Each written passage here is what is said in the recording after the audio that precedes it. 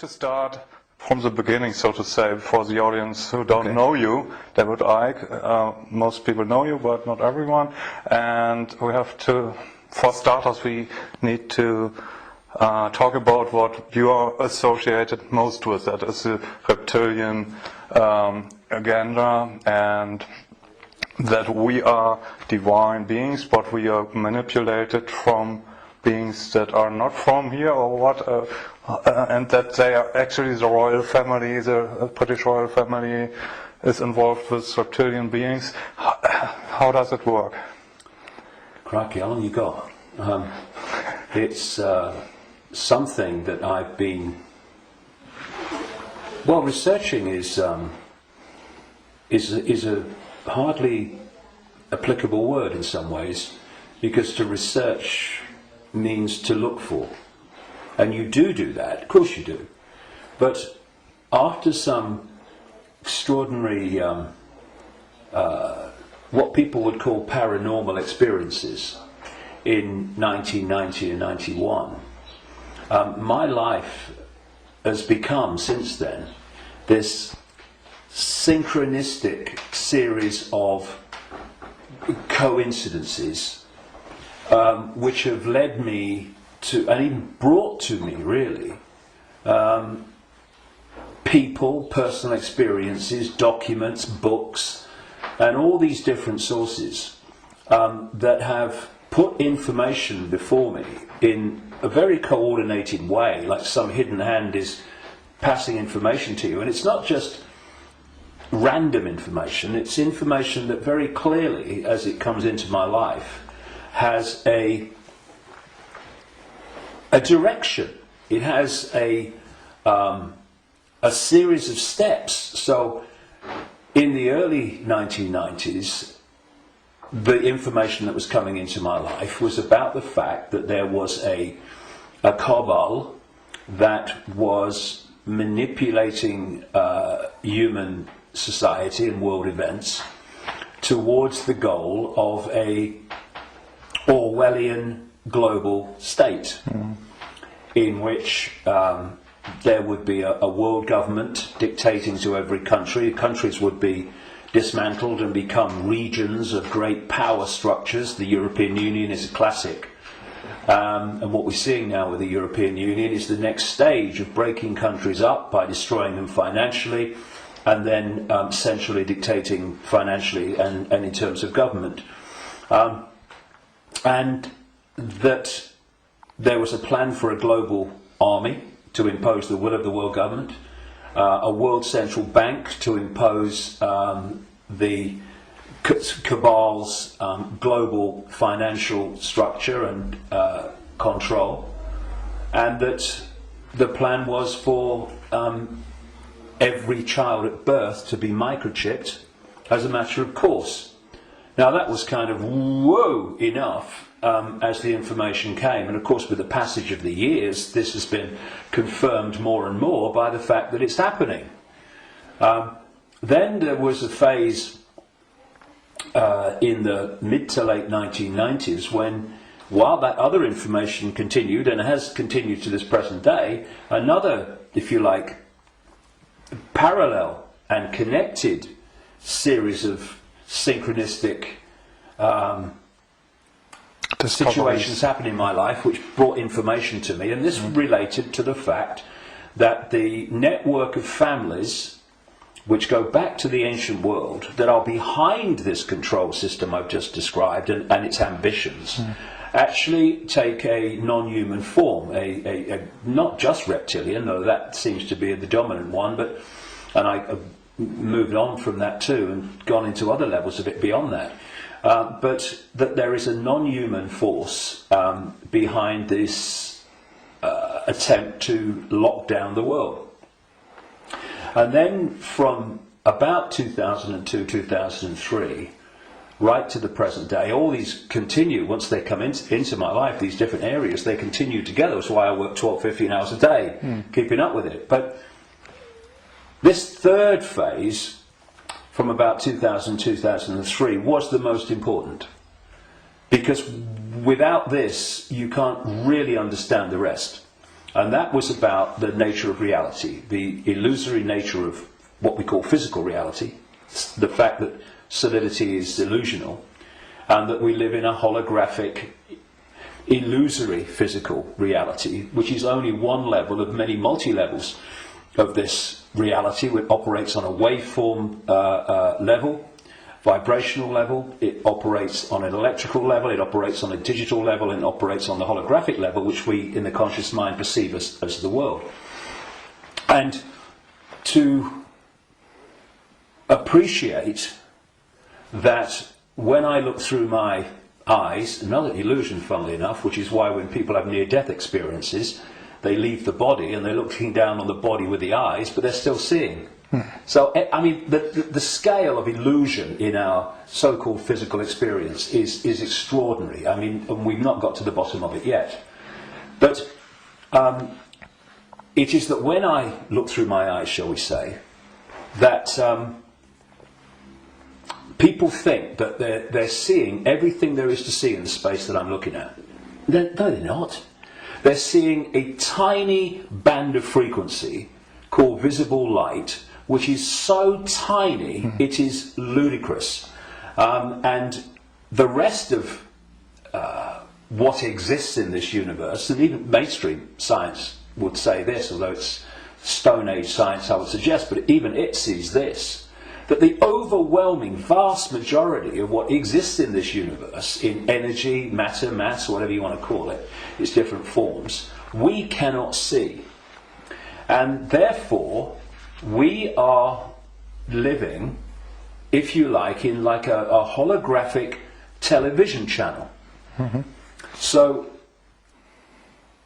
all I'm seeing now as I look here is this tiny frequency range called visible light. Channel 1. Yeah, but all the other levels of reality also share the same space as the one that we're experiencing. And, you know, we've got digital television coming in now and all that stuff, but if you take the analog version of television, radio too, they are sharing the same space without interfering with each other, because they're on different frequencies, and thus interpenetrating this reality that we experience with the conscious mind. It are all the other realities where very, very different worlds are manifest, and with very different what we call laws of physics. And so it's from these frequencies that are very, very close to this one that we use the term with radio and television where interference takes place. And if you have two radio stations that are well away from each other in the frequency band, then they don't interfere with each other. One's not aware of the other one. But you get two frequencies that are close, and you can get, it might be dominated by one, but there's interference from the other. Why? Because the frequencies are very close. Well, these manipulating entities, forces, shall we say, operate from a frequency band that's very close to this one, but not this one. So, but they might not see them, but they might be here. Well, let's give an example. You'll see stories of UFOs appearing out of nowhere and disappearing into nowhere. You'll hear stories about people saying this entity appeared out of nowhere and disappeared into nowhere. Well, they haven't disappeared. And they haven't appeared out of nowhere. What they've done is they've entered the frequency band that we can decode, the visible light frequency band that I'm talking about, and when it enters that, we start decoding that information because it's now in our ability to do that. And as we start decoding it, bang, to the observer, it appears that it's just come out of nowhere. And then it leaves that frequency range, and to the observer, it's disappeared into nowhere. It hasn't. It's just left that band that we can decode, which is tiny. And so, when you I find this particularly compelling when I go around different ancient beliefs and explanations of what's happening. And you find that although they're using different names, they're telling the same story. For instance, there was a group of people, or shall we say a belief system, which goes back hundreds of years and has become known as Gnostic. This was the belief system of people that ran the great library of Alexandria, with Hypatia, who was slaughtered by a mob inspired by the Roman Church, because that library carried information and knowledge that would have, as it circulated, demolished the Roman Church's version of everything. And it was challenging the Roman Church version of everything. And what's interesting is whenever you come across the Gnostics belief system expressing itself, you see it's followed by slaughter, suppression, and the destruction of that knowledge. So the Cathars in southern France were Gnostics in terms of their belief system. We'll go into what that belief system is in a second. And so, again, in went the church, and all these, people that kill for the church, and they destroyed the Cathars. It's, I think, 1244 was the last stand to the mountain fortress at Montségur in southern France, in the foothills of the Pyrenees. And again, it's not just we slaughter them, but we destroy their knowledge. But a fantastic thing happened in 1945 when a sealed jar of Gnostic writings, quite considerable writings, was found by a peasant in Egypt in 1945.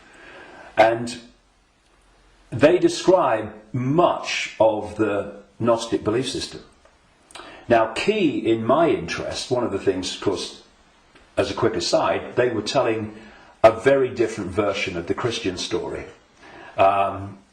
And we might get into that because it's relevant. But the key thing for me was that around a fifth of these texts were about a phenomenon they called the Archons. And the Archons, these Gnostics said, were a manipulative force that operated outside of human sight, that was basically, as we would call it, an energetic form rather than what we would call a physical form, though it could manifest as physical form through holographic projections and stuff. And these writings even talked in their own way about the illusory nature of this reality. And they talked about the Archons were the, if you like, like cyborg, we would call it, troops of something they call the Demiurge. And the Demiurge is what Christians call the devil, and this negative force. And what these writings said is that this reality that we're experiencing was not created by some divine force. It was created by the Demiurge and the Archons, and it was a fake reality. And that they manipulated by accessing the human psyche and manipulating humans' perception of reality. And there was some very, very interesting things that they said about the Archons. And one was that they lacked the ability to express the creative force. I would put it like this. If you gave them a blank sheet of paper and said create something like a reality, they couldn't do it. But what the Gnostic writings say is they're experts at taking something that already exists, like the reality before this hijack, as I would call it, the one we experience now, and twist it. They piggyback something already created and twist it. Something else, they said the Archons did. And, you're going back to something that's been estimated, I think, around 400 AD, these writings were buried. And that is that the Archons parasite off everything. They parasite off human society in many, many different forms. And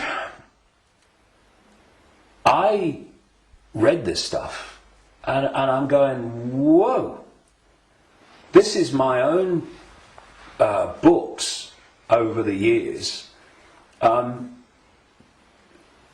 in a jar in Egypt. Not all the detail of my books, but the basic themes, because it fitted totally. And then you go to the Islamic belief. And not just the Islamic belief, because this came from pre-Islamic Arabia originally. And that is the very considerable focus in Islam on energetic beings they call the jinn. And when you look at the jinn and you look at what the Gnostics said about the Archons, hallelujah, hello, they're the same thing. And then you go around other cultures and you see the same recurring theme. And so when you look then at human society,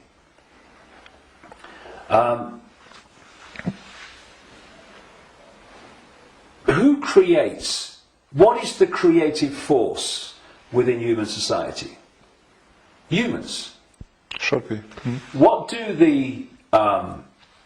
these families that I've been exposing all these years, what do? They piggyback off that creative force and manipulate it and direct it in a way that suits them. What do these network of families also do? They parasite off human effort, human labour, human energy, human creativity. The banking system, I rest my case. What is the global banking system except a structure totally focused on parasiting the energy and off the efforts of the human population? What is taxation in the way that it is today? It is parasiting off human efforts and human creativity. So what I also found interesting is that the Archons are described as we would say like cyborgs. They almost like, they're computer-like, and they serve this force they call the Demiurge. Well, I've been talking about these reptilian entities that operate outside human sight but can come in, and the Archons can, but they can't stay for long because of the frequency difference. They can come in for a while, but it takes so much energy to stay in our reality because it's not their natural frequency band that they can't stay for long. And what they've done, just a quick aside before I continue that thing about the reptilians, what they've done is they have created a network of bloodline families going way back to the ancient world, which represent their interests with invisible light because they can't come here and stay for very long. So these families, where their outer human form, if you like, is operating within the frequency band of visible light, they are the Archon representatives within human society. And this is why you get this network of families that sit on top of the banking system, the transnational corporation network, the media ownership level, top of science, top of the education system, top of the military, top of the global intelligence network. These are these families representing what the Gnostics call the Archons. And I was just going to say a few minutes ago, when you look at how these Archons are described, they're just like the reptilians that I've been writing about for years in terms of their computer-like structured to the point of obsession society, which absolutely knows its hierarchical place. Every level knows its hierarchical place in it. And it's very robot-like and computer-like. It's not a flowing creative force. It's very structured. Boom, boom. And that's how the Archons are described. They have no compassion, no yes. I mean, empathy. The only one time I've taken psychoactive drugs in my life was in 2003 in a rainforest in Brazil, when I took a rainforest potion called ayahuasca. And I went into, I had an amazing time. Some people have a bad time on it. And for 5 hours, this voice, so strong when I went into an altered state of perception, talked to me so loudly and so powerful about the illusory nature of reality for 5 hours. And when I came back, and because I had instant memory of all of it, when I came back and checked it all out, you could see very quickly that mainstream science, in all its different disciplines, has shown that what I was told that night is true, but because the disciplines are kept apart and are war with each other for funding and precedence, that the dots never get put together, because they're not meant to. We're not supposed to know what reality we are experiencing. It gives us too much power once we know. And this voice said to me at one point, about when he's talking about the computer-like nature of these manipulators, if you programmed a computer to abuse a child, would the computer have any problem with it? No. Why? Because it would just decode the data and act in line with the data, the software program. And this reptilian force is very much like that.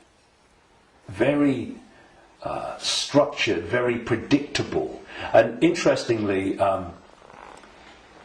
because most people don't realise this, but one of the most important parts of the human brain in terms of human behaviour and response and reaction to situations is called the reptilian brain, or the R complex.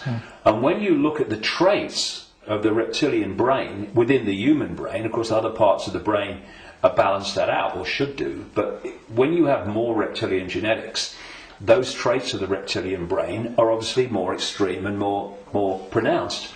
And one of this is mainstream science, one of the key traits of the reptilian brain is obsessive ritualistic behaviour. And what is ritualistic behaviour? It's following the same pattern, day after day, week after week, repeating repetitious behaviour. Now, this is robotic, and so you've got the reptilians described in those terms, the Archons described in those terms, etc. And these forces are different expressions and names for the same thing. Now, one of the manifestations of this network of bloodlines that represent this archonic reptilian force within human society is the royal families going back to the ancient world, and the aristocratic families that surround them. Why? Because where did the idea that certain bloodlines should be king or queen of a people, and you have this hierarchy, because this is the other thing about reptilian genetics and the reptilian brain, it's obsessed with hierarchical structures of power. Look at our world. Look at the royal families and the aristocracy. It's absolutely rigid with hierarchy. Everyone knows their place. You're a viscount, you're a baron, you're a lord, you're a king, you're a prince, and all this stuff. This is the human expression, or the partly human expression, because they're hybrids, of the reptilian Archon obsession with hierarchical structure manifested in our world. Because what they're doing is bringing that archonic reptilian reality into our world and making our world like theirs, more and more and more. Now, we have this thing, of course, going way back, which goes under the title of things like the divine right to rule. And what is that? That's the right to rule because of your bloodline, because of your DNA. And we have the ancient emperors of China claiming the right to be the ruler because of their descendants from the serpent gods. And the association between the serpent and the snake with royalty and royal families and royal bloodlines, just follow it back. And so you look at these royal bloodlines that have come through, because what happened is that there came a time when the human population started to reject overt, in-your-face dictatorship from royal bloodline. And that you had that move where this force, not entirely, not least in Britain, moved into what I call the dark suit professions of banking and business and all the rest of it, and politics, and have gone on manipulating from that point of view. But some of them survived, like the British royal family. Now, if you want to see a group of people that are so obsessed to the extreme, not just with hierarchy, but my goodness me, they are. The whole British class system, as they call it, is based on, obviously, hierarchy, which is based on the head of state being the Queen.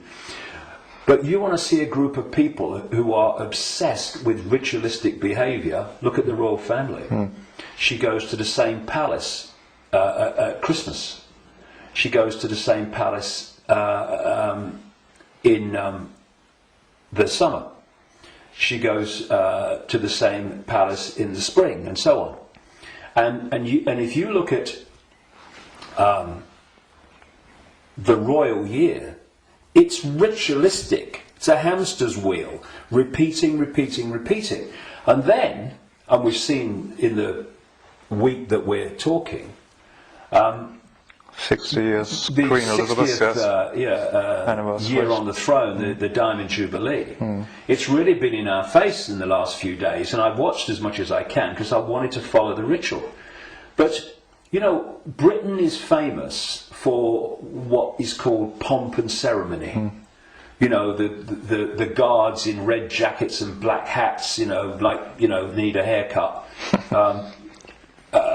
marching up, changing of the guard, and then you've got people in breeches and all this stuff. It's unbelievable. But it's not pomp and ceremony.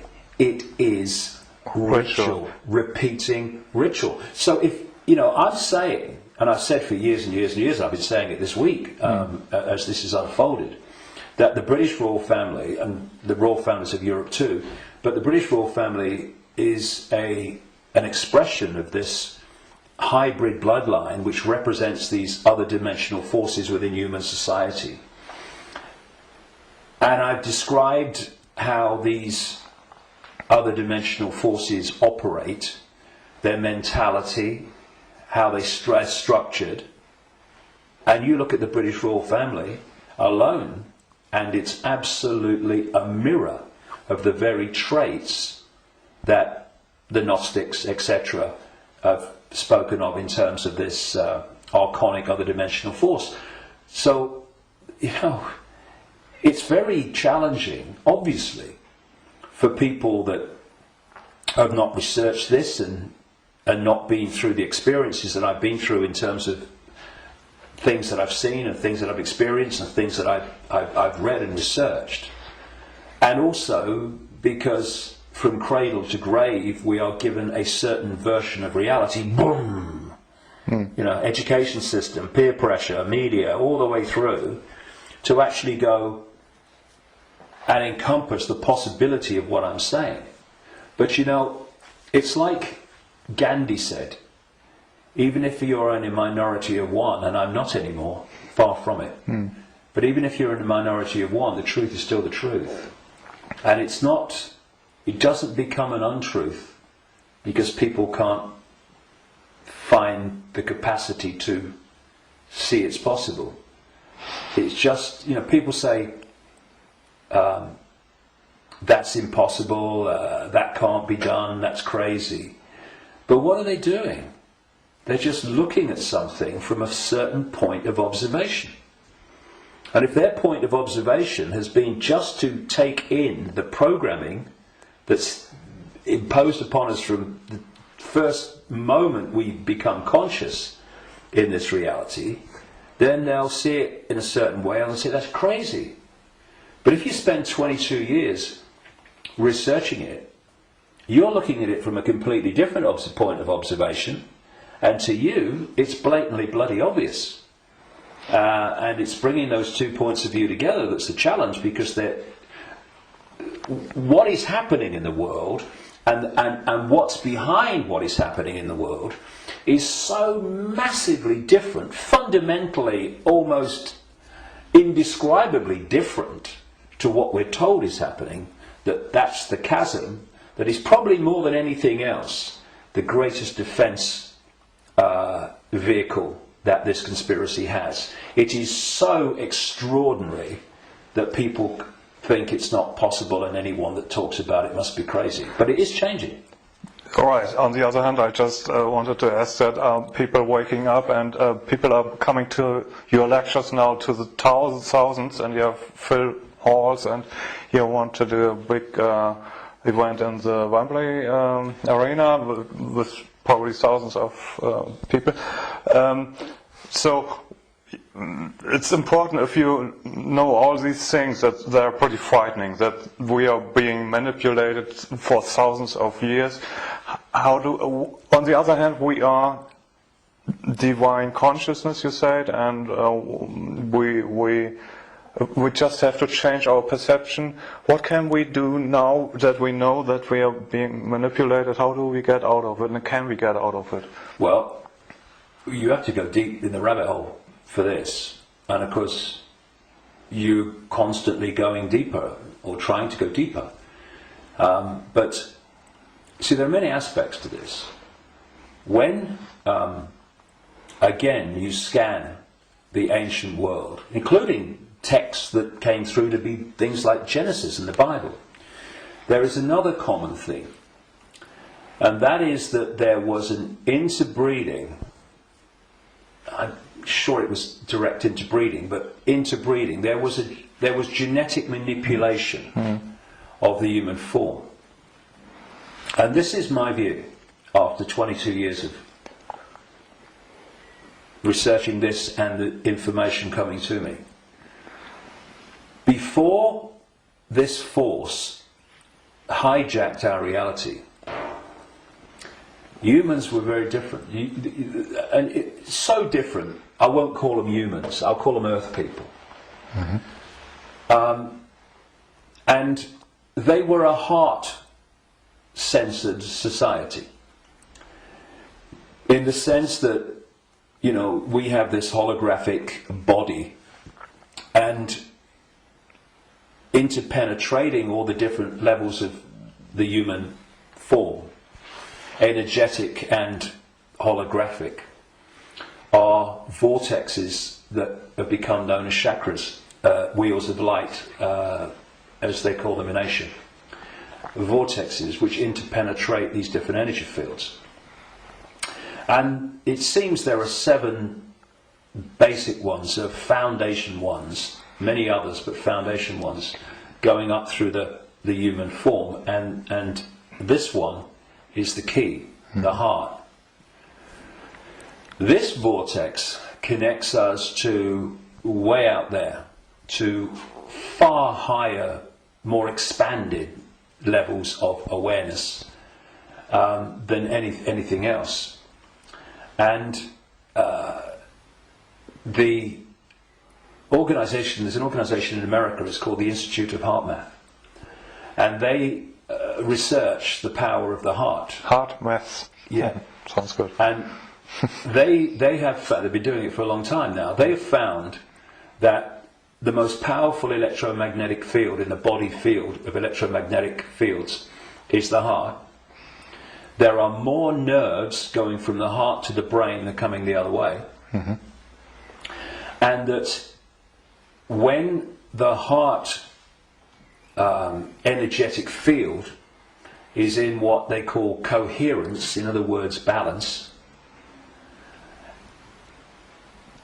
and connects in coherence with the central nervous system and the brain, that trinity, if you like, when it comes into harmony, takes the person into a much higher level of awareness and consciousness. Mm-hmm.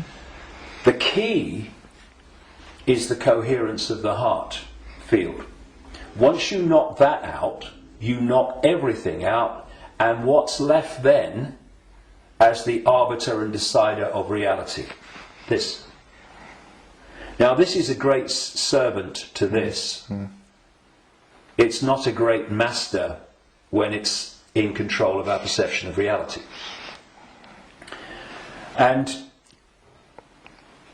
there's another vortex in the belly, which is about emotions. This is why when people feel nervous or frightened, they feel it in the belly.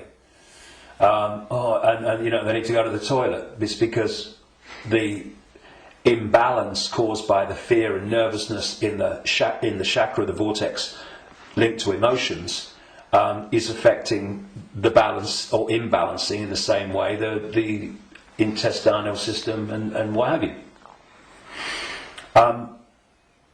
And what they've done to pull humanity into a low vibrational, brain dominated perception is they've moved the point where we interact with reality from the heart to the belly.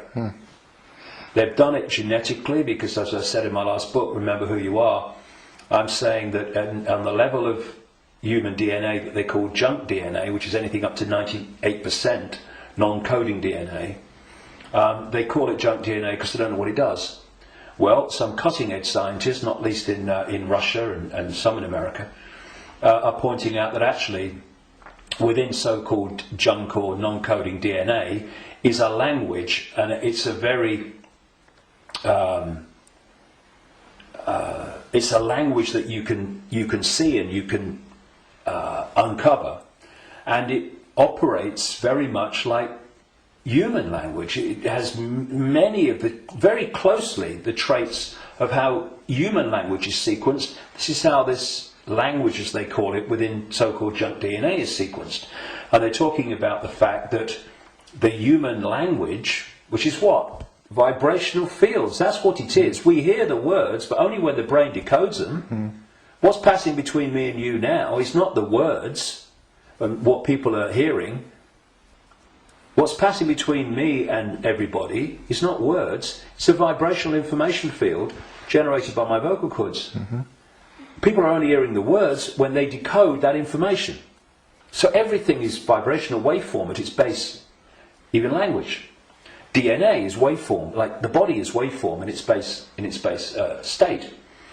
And they're starting to uncover this language, and it fits absolutely my contention that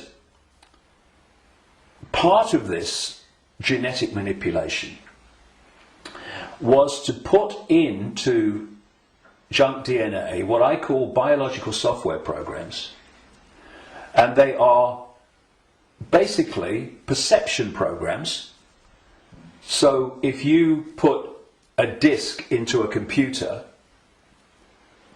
and the computer starts to read it, on the screen the computer's symbolic perception is read from the disk. Well, what if we had biological software programs running through from junk DNA, this language they're finding, and we were reading them into a perception of reality? The other key side of this is that there are emotional biological software programs in there that are running all the time. And when you are reading those, then you are in the belly, because they're low vibrational software programs in terms of emotions, because they're all about fear and all the subdivisions of fear, like anxiety and frustration and depression and guilt, all these expressions, different expressions of fear. And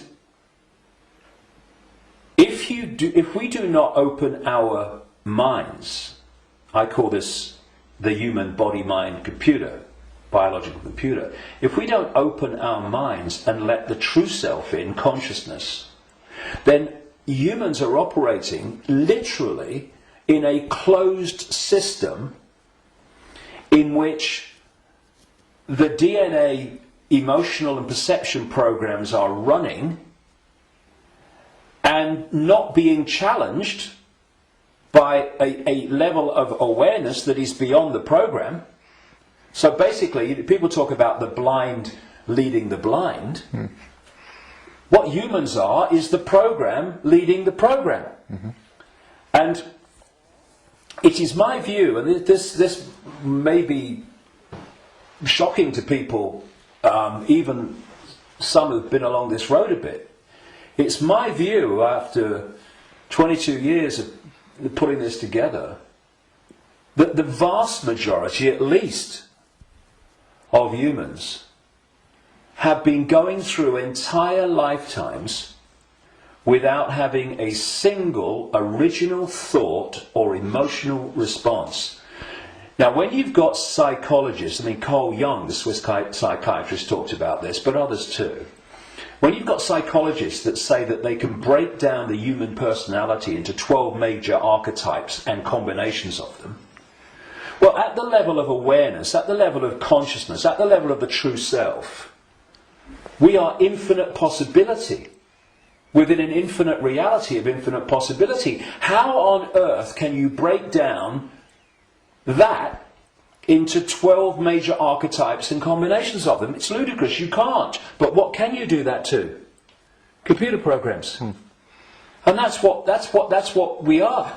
These archetypal personalities are actually software running, perception software running within junk DNA. Now, put all this together, and that has moved us from a heart-centered society, connected out into a greater level of reality. This is the innate intelligence. This is supposed to serve this, not be the governor of perception. That's why this knows, and this thinks has to work it out. People don't go, my intuition thinks, no. My intuition, and we do this, don't we? My intuition just knows. Because instinctively, on a subconscious level, we're going to that point of true knowledge, true awareness, beyond knowledge. This is knowledge awareness. But what's happened is our point of interacting has gone from the heart-centered society, and if you're coming from this, and this innate awareness, this innate knowing, this innate understanding that everything is connected to everything else, then you manifest from that a completely different society to the one that we have. What's the one that we have? They've moved it into the belly. Humans now, gold. I've got a cough. It's not the cough that carries you off. It's the coughing that carries you off. Now, they've moved it into a belly society. Where does human response come from, overwhelmingly, to events that we face? The emotions. It's an emotional response. It's an emotional reaction. It's not a heart reaction, overwhelmingly, though of course it does happen. It's an emotional reaction. You know, this mass manipulation technique that I called a long time ago problem reaction solution, where they create the problem covertly, tell the people through an unquestioning mainstream media the version of the problem they want people to believe, and then they get the reaction from the people, do something, something must be done, and then they who have covertly created the problem got that reaction, do something, then at stage 3 openly offer the solution to the problems that they have created, which gives them the excuse to change society and advance the agenda that they're following. Now, it's not problem, go into the heart, look at it from the innate intelligence of the heart. It's not even problem, have a think about it, do a bit of research, see what you think. It's problem, reaction, solution. It's the manipulation of an emotional response, an emotional reaction. And what they're doing all the time is manipulating an emotional response to get support or to justify what they're doing. So, for instance, they'll tell you that Gaddafi was killing his own people and what have you, because they're looking for an emotional response. Oh no, we've got to stop him killing his own people. What they don't tell you, of course, is that the rebels were actually put in there, funded and armed by the NATO alliance to cause the problem. And then when Gaddafi's troops start reacting to what they're doing, shooting back at being shot at, then suddenly, oh, look, Gaddafi's killing his own people. Reaction, oh yeah, we've got to stop it. So this is happening all the time. You know, 9/11, ooh, that was, look at 9/11. And those horrific pictures and the towers coming down. Did that take us to here? No, it took people here. And from this gut, what would you say? Gut reaction. You know how many, people say, what does your heart tell you? What does your heart tell you? Right? But how many times, instead of going, what does your heart tell you? What do we say? What does your gut tell you? Emotional response, emotional reaction. And so what they've done is moved us, not all of us, not everybody, but, the vast majority, they've moved them from the heart, high vibration, which they can't touch. Yeah. If we're in the heart, we're untouchable. It's like Radio 1 trying to impact on Radio 2. Can't be done. They're terrified of us going into the heart because it's over. So they move us into their stadium vibrationally. Because not only do they manipulate human response through emotion, they feed off human low vibrational emotional energy. They've turned us into their energy source, because they're an energetic source basically at their core. Well, we all are, but they're much more energetic than we are, because we're much more aware of the holographic, the so-called physical. And so when we eat food, we think we're eating physical food. There is no physical. We're eating holographic food. But the foundation of that food, which we decode into some kind of illusory solidity, is actually a waveform information field. All that these entities do is they feed, they get their energy source, not from a sandwich and a cup of tea, but directly, energetically. They absorb energy in its waveform. And so when we generate low vibrational human emotion, that emotion is resonating within the frequency. That's why we can't see it. We can feel emotion, but we can't see it.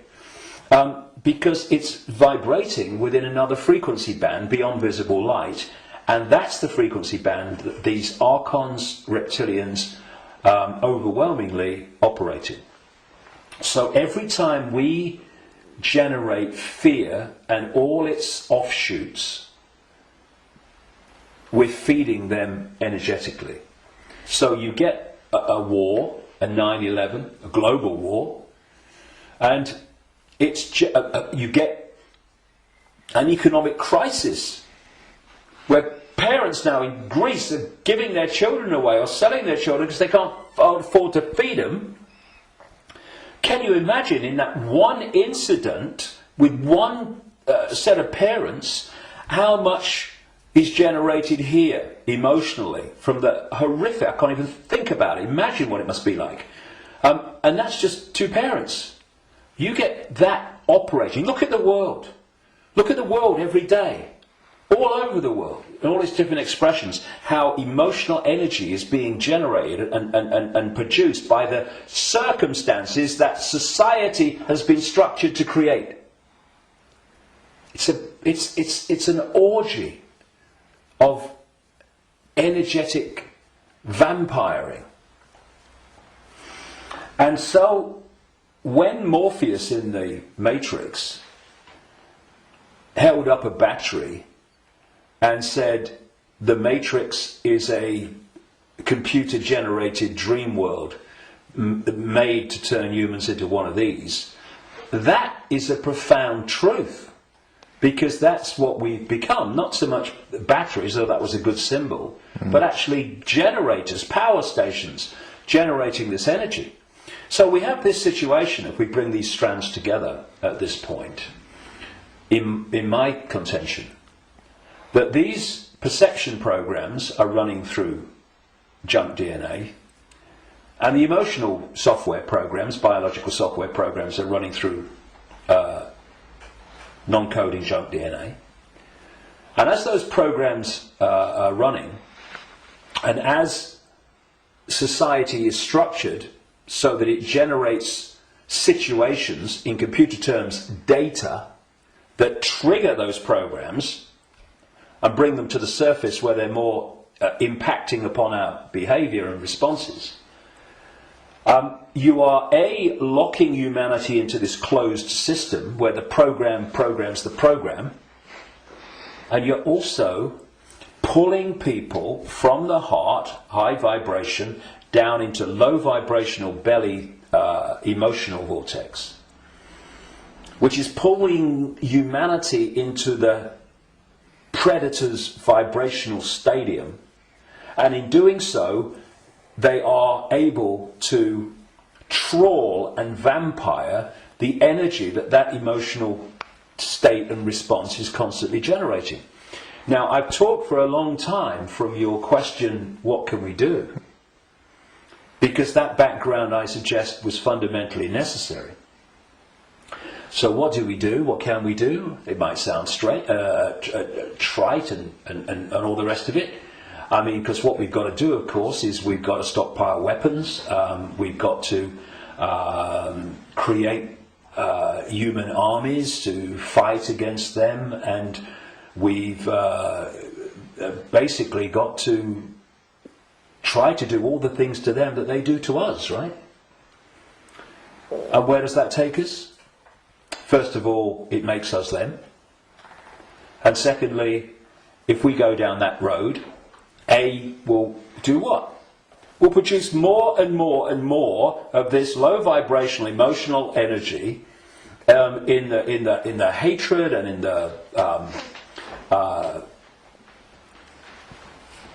the anger that we produce. And we will also, if we go down that road, we will have symbolically weapons that manifest as a pop gun against state-of-the-art weaponry. So, although it's very macho and very, we've got to fight. I love Tony Blair once, he said, we've got to fight for peace. Sorry, can I just have some time to work that out in a darkened room, please? And it is something that, when you look at it, is very good for the macho we've got to fight him. But as a strategy of bringing this down, is doomed to failure and disaster, because it's playing the game they want us to play. And if you're in that macho mode, and you think the whole spiritual side of things and stuff like that is namby-pamby, airy-fairy and a bit, soft, then what I'm going to say will make no sense. But if we are going to bring an end to something that has been created and perpetuated by something happening, then we can fight that something, or we can remove that something.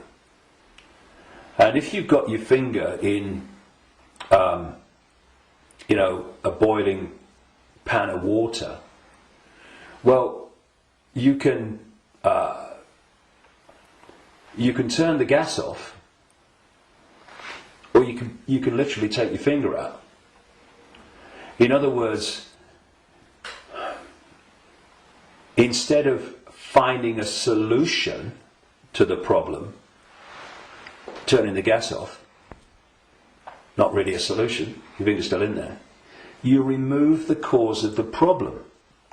The cause of your problem burning in the water is because your finger's in the frickin' water. So remove it. Done.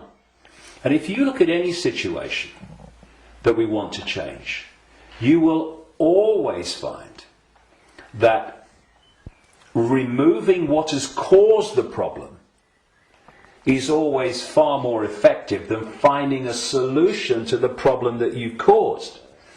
And so we have this control system, we have this constant and gathering, expanding imposition and dismantling of people's lives financially in all these different ways.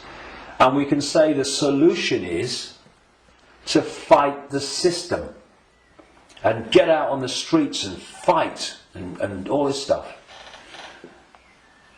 Or we can say, what has caused this reality that we are experiencing? So why not remove the cause of the problem? And this is not about fighting. It's not about macho man responses. It's not about shouting loud. It's about changing the way that we interact with reality. And in doing so, stepping out of the influence of the programs that have been running human perception and emotional response throughout known human history, and are creating the world that we live in. Because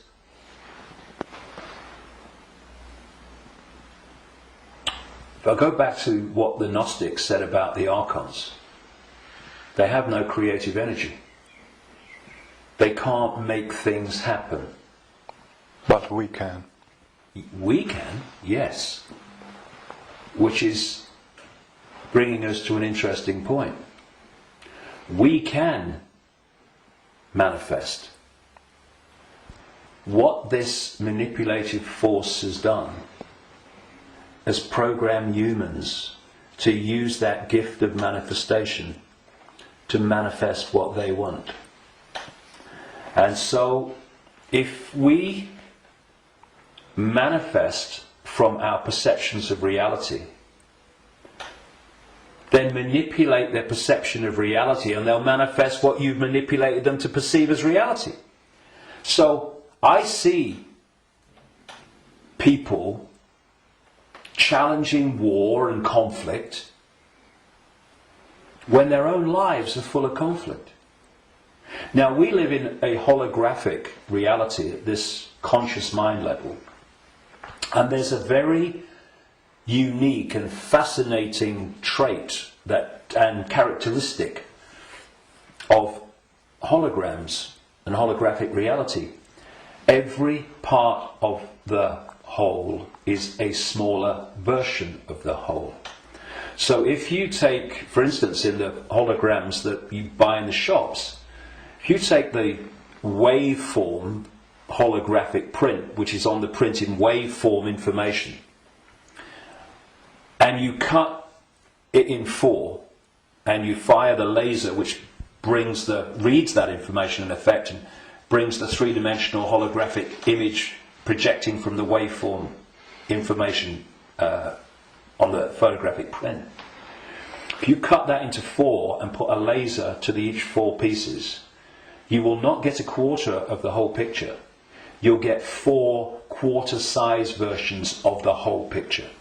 And this is why, or explains why alternative forms of healing, like reflexology and acupuncture and others, can find points on the ear and the feet and the hands and all different parts of the body that relate to the body as a whole.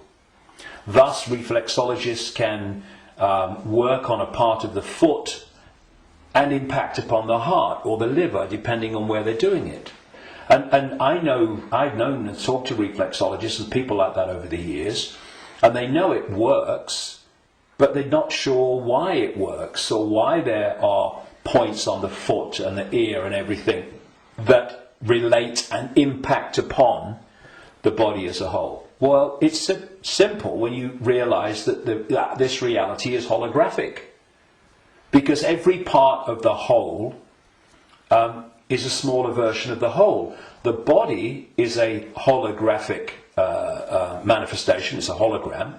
Thus, every part of the body must be a smaller version of the whole, and that's why all over the body, in all the different parts, you can find points that relate to the whole body. In the same way, if we have conflict in our own lives on a so-called individual level, and this is going on all over the world in all these different societies, and it is, then that's a smaller version of the whole. And a hologram moves both ways. When the whole hologram shifts, all the parts of the hologram shift, because they're expressions of each other. You shift or affect the smaller part of the hologram, and in this case it's lots of people, billions of people with conflict in their lives and all that stuff, and that's going to impact on the hologram as a whole, i.e. human society. And you're going to have collective conflict. If we want to put the fire out of the whole, what we call human society and global experience, then we have to put the fire out in our own lives, because we are fueling the fire. We are creating the fire. This is why they want conflict and disruption at all levels of society, because they know that they're constantly impacting upon each other. We have conflict in our own lives. Collectively, we are manifesting collective conflict. You have collective conflicts like bombing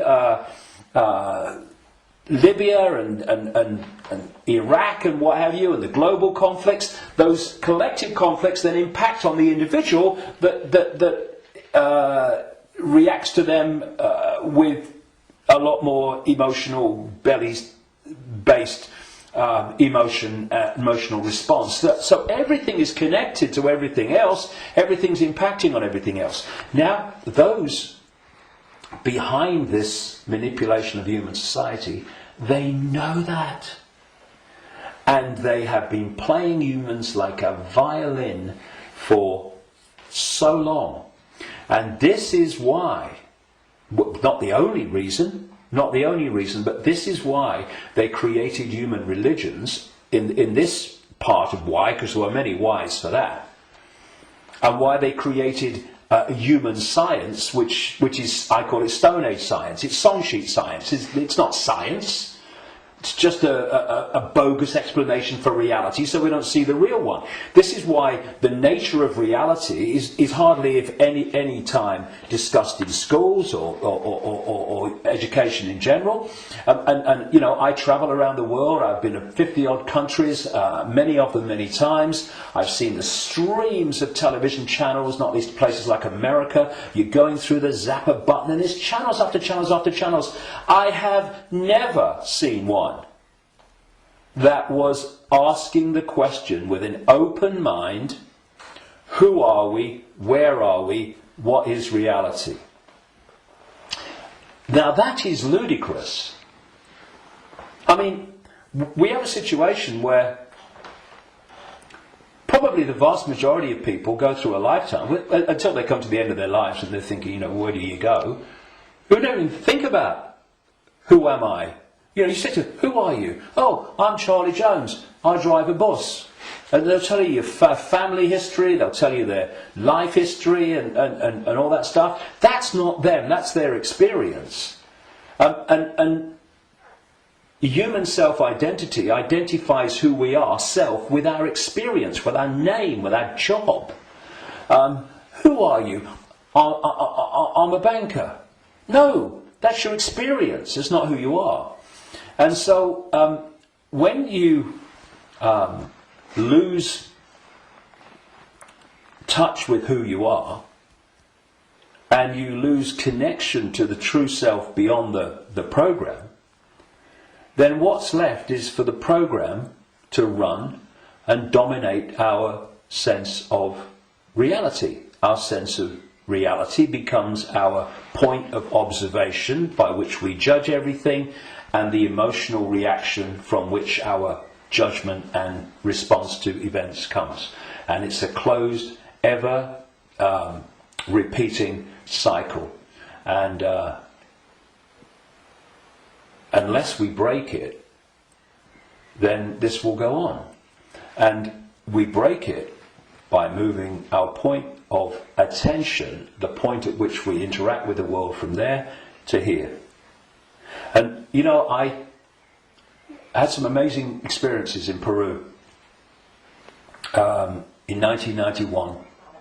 Amazing experiences which changed my life and all the rest of it. And I went back to Peru with a group of people from all over the world in April 2012. And we went around Peru, and we went to Machu Picchu, and this place where I had my amazing paranormal, what extraordinary experience in 1991 called Siyustani, near a place called Puno, and Lake Titicaca, the highest navigable lake in the world. And this group, all of us, were going around these places, and what these places were heart places. Mm-hmm. When you went there, you interacted with them from here. And the behaviour of the group and the demeanour of the group was laughter and joy and happiness. Then there was one day, and this really, you know, I've been aware of all this for a long time, but you know what it's like. Sometimes you have an experience and it goes bang in your face. And there was one day towards the end of the trip where we went to a place called Tiwanaku, just over the border in Bolivia. It's an ancient site, very famous ancient site if you look at the history and accounts of South America. And if anyone thinks that human awareness, human emotion, human demeanour does not impact upon the energy field that we're all interacting with, they should cross the border between Peru and Bolivia at this place where we did. You walked across a bridge across a river, and one side was Peru and the other side was Bolivia. So once you crossed into Bolivia, woo, boom, you're right? back. So it took ages to get through the border guards, just for a tourist group who's going to be in the country for about 3 hours. They'd all just come back from a hospital apparently, where they'd had a sense of humour bypass, and we headed to this Tiwanaku, going through in a 40-minute drive through a police checkpoint and a military checkpoint. You know, I mean, if anyone says that he's predicting that Bolivia is going to be a police state, well, you're too late, mate. Anyway, we get there, and it was horrible, Tiwanaku. It was big time here, right?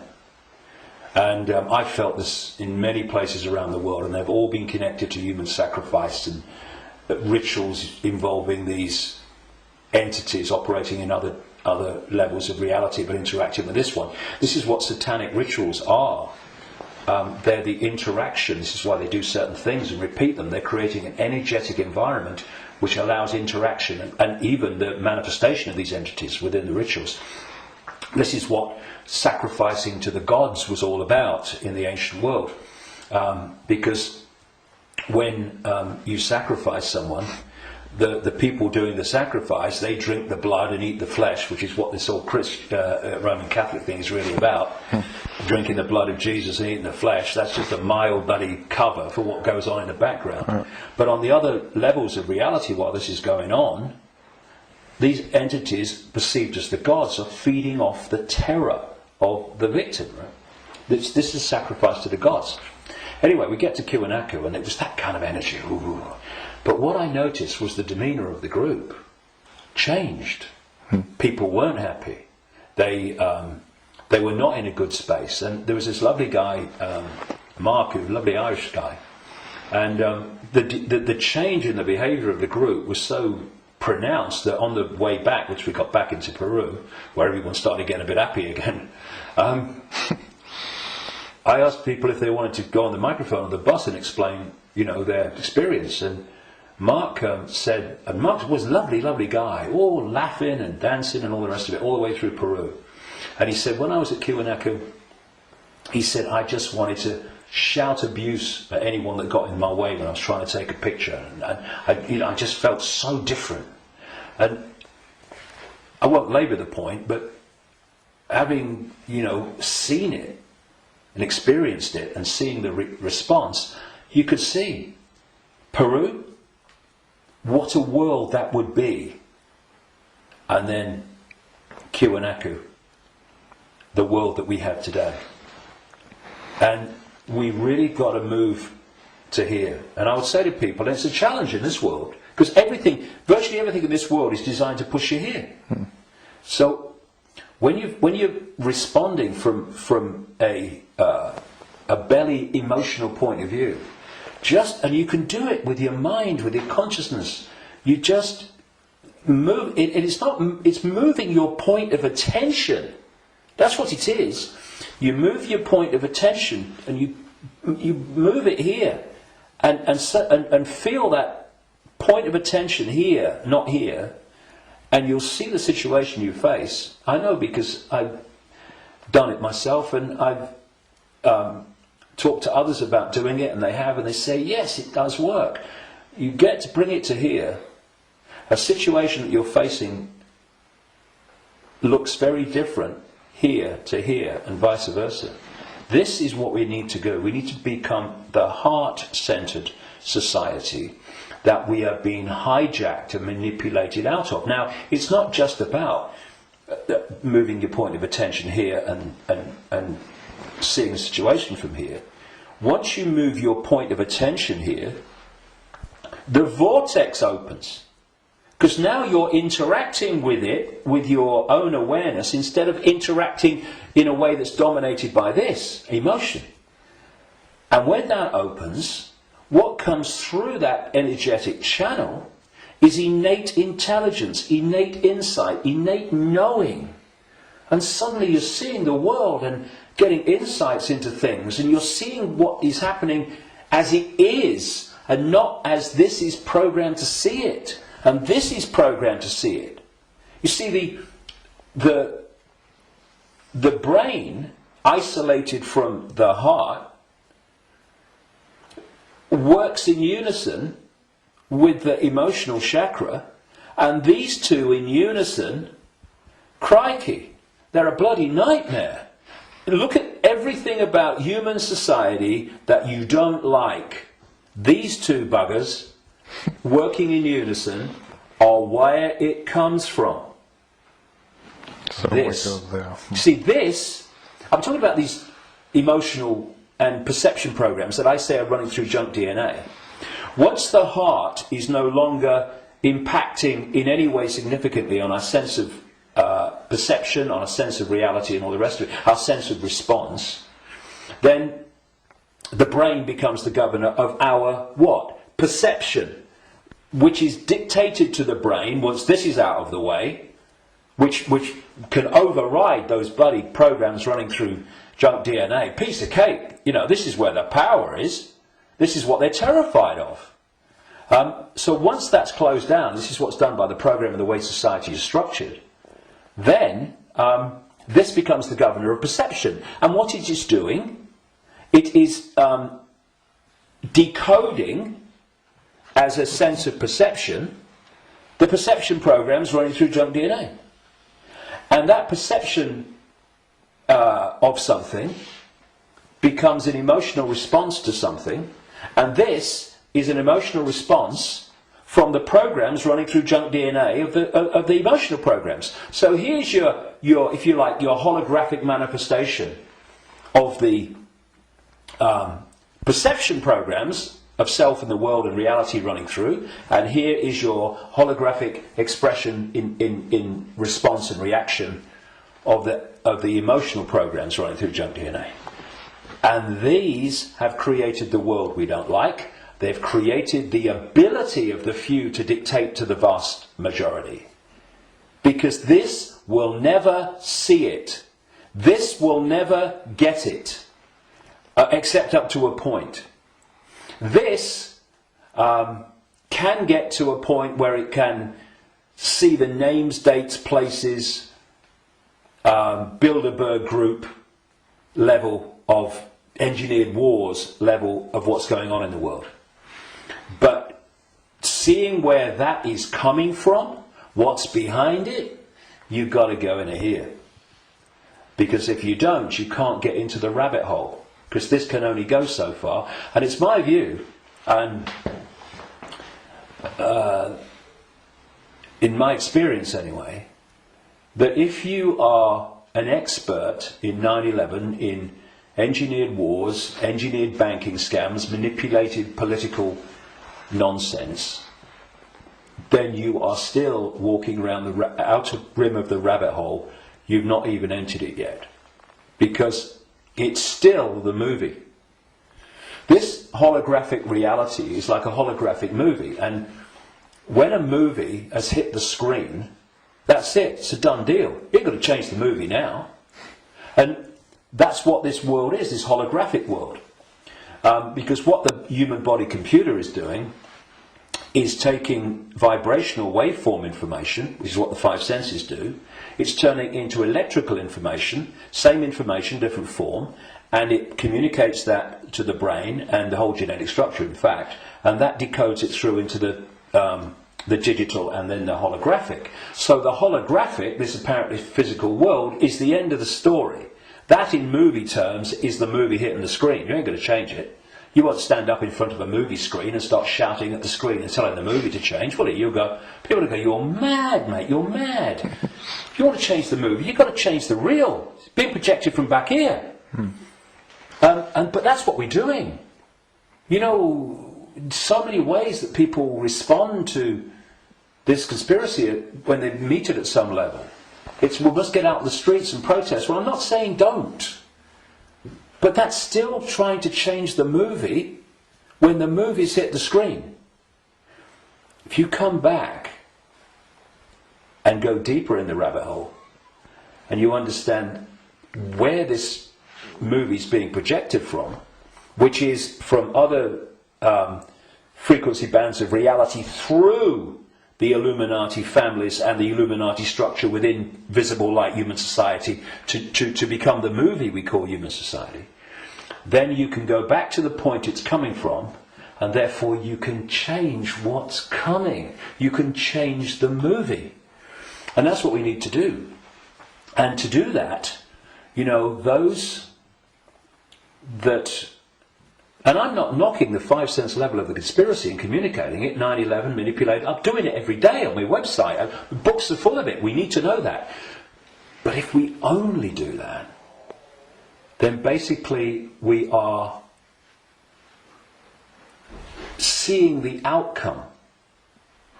We are not seeing the origin.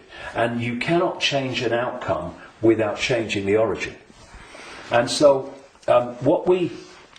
when I look at so much conspiracy research, good luck to them. You know, everybody that comes and does this, hallelujah to you. good on you. But there comes a point where we know how the system works in the holographic world. I mean, what's left? Finding out what size shoes Henry Kissinger takes. Yes, on a daily basis as it unfolds, we need to, keep with it.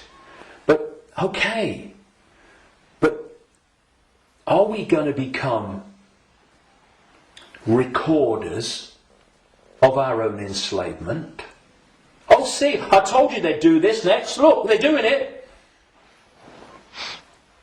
If we do that, we've moved from not knowing that the prison's being built around us to seeing the prison being built around us. But there's a common theme between the two of them. The prison's being built around us. And that's fine if people want to do that only. I'm not saying don't do it, but to do it only and ignore where it's coming from, therefore the solution or the removing the cause of the problem. The people who only do that will record and record and record and record their own gathering enslavement and the enslavement of humanity until we wake up. Would you come with me, sir? I ain't waiting for that. We need to change where it's coming from. And for that, there are some major challenges for those in the conspiracy research arena who are dominated by a sense of patriotism and dominated by a sense of a religion. Because patriotism, in the sense of, I'm not saying don't, love your country and love your culture, nothing like that. But patriotism, in the sense of self-identity, I am an American, I am an American patriot. No! That is your experience. What you are is infinite awareness. All that is, has been, and never can be. All possibility. Having that experience. And I'm a Christian. No, you're not.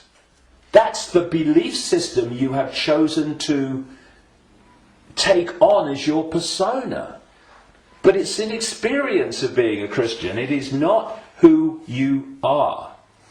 And if you self-identify with being a Christian or being a Jew or being a Muslim or being a Hindu, again you are in a self-identity which is self-identifying with something that's not you. And also, and this is in terms of getting to the origin, it means that you are not going to go, I've come across this all the time, me.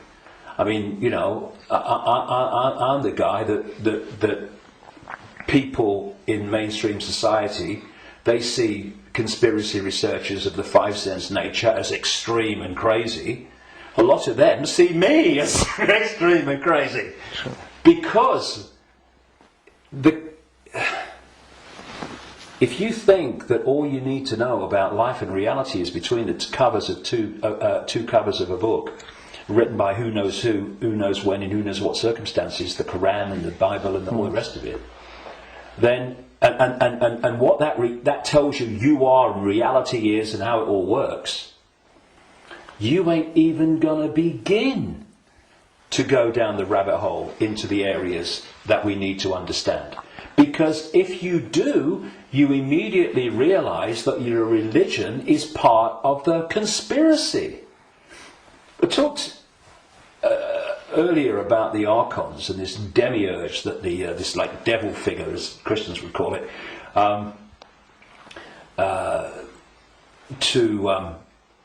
that the Gnostics talked about in their texts. Well, that Demiurge and those Archons, those jinn and whatever you want to call it, those reptilians and all the different facets, They are the force that the major religions worship as God. Yeah. It is the Islamic God, it is the Christian God. Well, I'm being controversial now, aren't I? I have been known to. I don't care. I want the truth, not the popularity contest victory. It's the God of Islam, it's the God of Christianity, it's the God of Judaism. Yahweh, oh, that's the Demiurge, that's this fake manipulator of creation that the Gnostics talked about. So we got this situation. Please tell me it's not true. I'm afraid it is.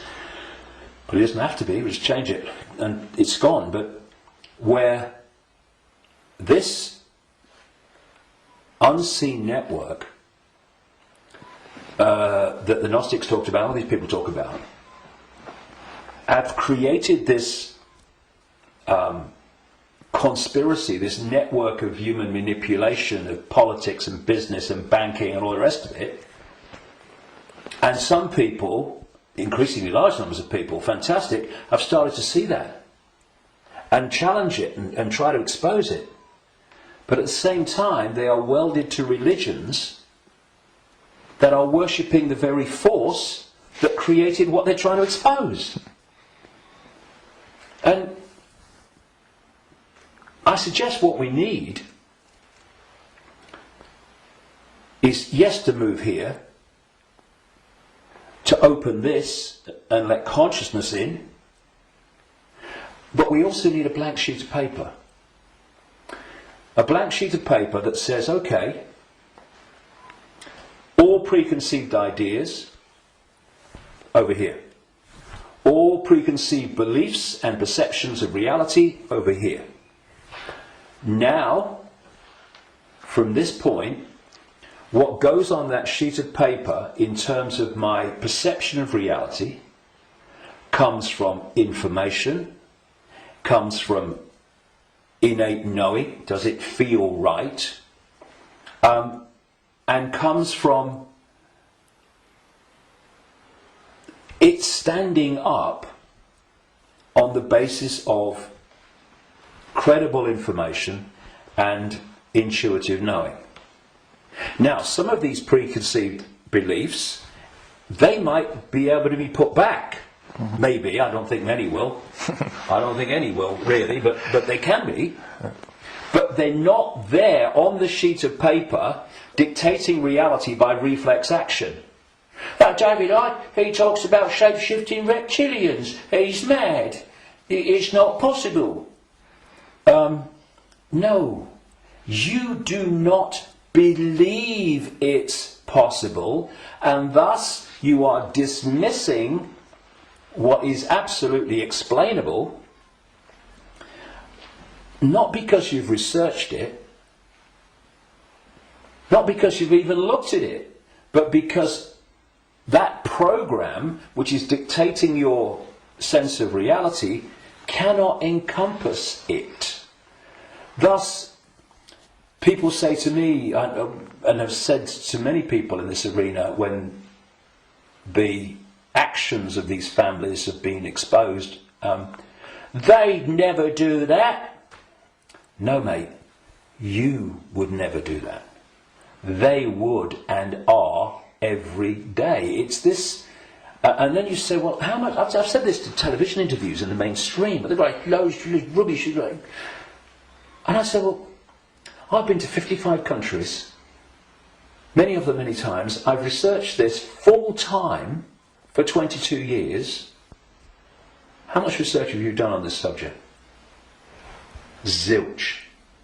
But it's different, it's outside of their perception of possibility, so it's dismissed. And this blank sheet of paper lets anything in so long as it justifies its place on the paper. And when you do that with an open mind, you don't say, I'm a Christian, so I don't criticise Christianity. You go, I'm going to look at Christianity and what I've believed up to this point from a detached perspective and see if it stands up. I know a guy in America who set out many decades now. He was a real avid Christian, And he set out to prove the Christian story was true. Jesus existed and all this stuff.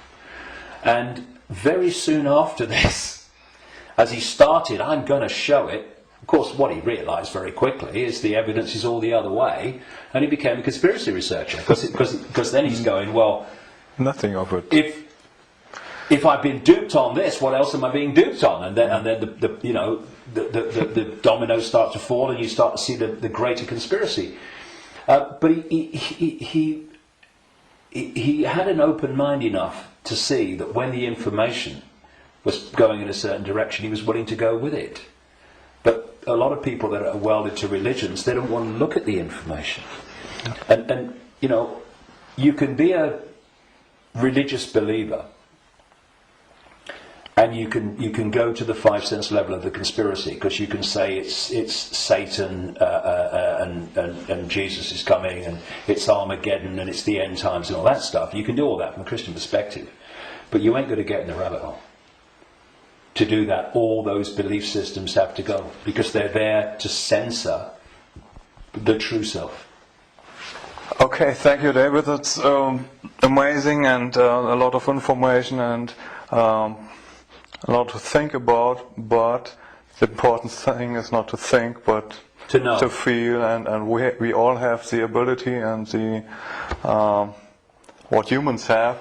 We can change it because we can create, which the others can't.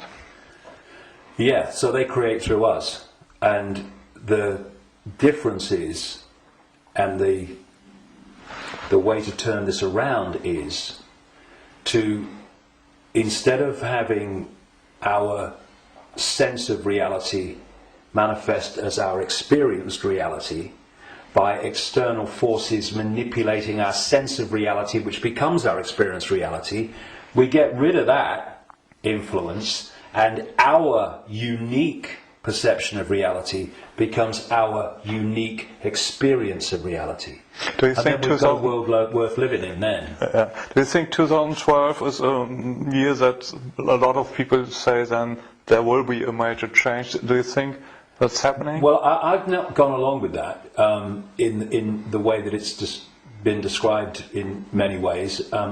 I came across a theme almost immediately after my initial stirring awake in 1990 in the spring, when I went to a psychic because I felt this presence around me all the time, and I wanted to know what it was. I didn't tell her, but just so she would pick it up, and bingo, lots of things happened. So, I was going to go out on a world stage and reveal great secrets, and there was a shadow across the world had to be lifted astray, be told all that stuff. From that very earliest time, there was this theme that there was a vibrational change, which I would see now as a waveform information change, that was going to have many effects, but two major ones. One, it would awaken vast numbers of people eventually to another perception of self in the world and reality. The less closed-minded would be affected first, but eventually people at that time who were absolutely in the bubble, in the box, would be affected. Well, it's happening, quite demonstrably, it's happening. And the other effect, major effect of this vibrational change, which way back in 1990 I gave the title The Truth Vibrations because of this, these changes that we was going to bring, was going to be that this vibrational change would bring to the surface all that had been hidden so people could see it. Well, you look about people waking up to another version of reality and self and the world in vast numbers in 1990. You look at all that's been hidden coming to the surface in 1990. What? Look at it in 2012. It's incredible. It's happening, right? But this truth vibrations that I was, as I called it, was going to be something that would get more and more powerful and more influential. And the significance a greater significance for me of 2012 is that it's not 2011, but it's not 2013 either. However, I think that what we are seeing in 2012, and we'll see more of in 2013, 14, 15, is that we are now reaching a point in this where it's starting to be tangible in its impact. You know, I'm seeing people now within the system, doctors, scientists, people like that, are starting to look and saying, it's all nonsense, isn't it, right? Now this is, so we've reached a point in 2012 where this is becoming more and more tangible. And I think by the end of the year it will be more tangible, you know, because this is an ongoing thing. And the focus on 2012 in a positive way about, you know, this is going to be the Great Awakening. And I don't think it's going to be the Great Awakening in 1 year, but that focus on it, people are focusing on the fact of awakening, and that's bound to impact upon people opening their minds. The negative part about it, of course, is this stuff about the end of the world and all that stuff, which brings, where does that take you? It takes you here. So I think that 2012 is significant in that way. But in 2013, we're going to see the impact even greater, 2014 even greater. And there's going to come a point where this information vibrational change is going to reach a tipping point where it's the dominating perception. And at that point, the House of Cards will come down. And one of the other themes in the last 22 years that I picked up from many different sources and stuff is that just when the control system appears to hold all the aces and has got everything in place, it's going to come down so fast it's going to be shocking. So for a little while longer, I mean, we're seeing it now, you know, President of the United States every day deciding who's going to be killed in a drone attack and all that stuff without any due process or anything like that. So we're moving, but at the same time, this awakening is moving as well. And, you know, the president and the control system and their agenda and their unfolding Orwellian state, although it's not called that, the facets of it as they unfold are all over the television news and they're in all the newspapers. So people can get the impression, understandably, that that's all going on. Oh my goodness me, look at this. What's not in the papers, what's not on the television, for obvious bloody reasons, is that this is this quiet, well, in terms of people like me, as loud as I can bloody be, awakening, but a quiet awakening with most people is gathering and it's growing. And it will eventually be like a tidal wave of change and bring an end to this bloody nonsense, because the power that is used to enslave and manipulate us is merely the power we give away every day. When we stop doing that, there's a very loud bang and the House of Cards comes down. But so that's the revolution. The revolution is not stockpiling weapons and hurling abuse and all this stuff.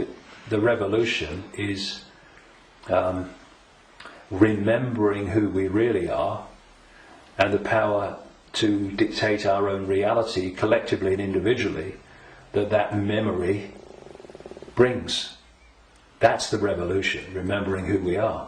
That's why I've called this big event at Wembley, Remember Who You Are. It's the key to everything. If we don't remember who we truly are, infinite consciousness having an experience, nothing's going to change. And but we are, and so it is. It's changing. We can see it, and you're part of it, and we are part of it, and I thank you for what you do. Well, thanks. And anyone can be part of it. It's just a choice. Right. Thank you, David. Cheers, mate. Thank you. Thanks a lot.